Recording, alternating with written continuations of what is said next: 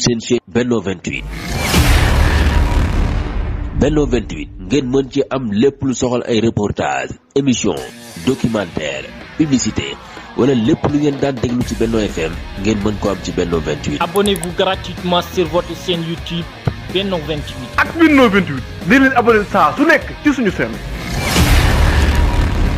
ginnaaw waajtaay bu am solo taxawaay bu ràññeeku lool direction école bu jóg taxaw ànd ak i professeur am ci taxawaay bu am solo gunge donga yi encadré leen ci waajtaayu examen baccalauréat édition 2023. Institut Al Azhar Cheikh Mouhamadou Lamine Bara Guy Mbind 2 nekk fii ci Touba Guy Mbind ci njiitul Serigne Mourtada Mbacké moom Serigne Abdoul Khadim waneeti nañu jaloore bu mat sëkk ak taxawaay bu ràññeeku lool ci examen baccalauréat édition 2023. ginnaaw bu ñu présenté fukki candidat ak ñeent yàlla defal na leen tawfiq fukk ak ñeent yépp at mi nañu ñu am 100%.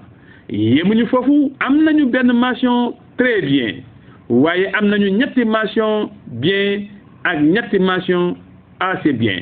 la ci gën a yéeme nag te gën see nekk lu ràññeeku lool mooy première du centre bi nga xamee ni Institut Al Azhar bu Cheikh Mouhamadou Lamine Bara Mbacké Guy Mbind 2 am na ko te mu génnee ci centre bu Ndam ak donga bu ñuy wax Serigne Mohamed Ndiaye muy taxawaay bu am solo lool di taxawaay bu ràññeeku lool.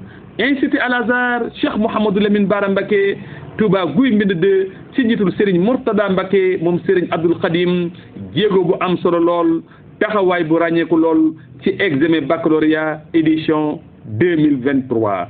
direction bu école bi ànd ak personnel bi di sant donga yi nga xam ni sagal nañu leen sagal Institut Al Azhar waaye di sant tem mboolem waajuri donga yi nga xam ni jàppale nañu seeni doom ba tey ñu am ndam lu mel nii.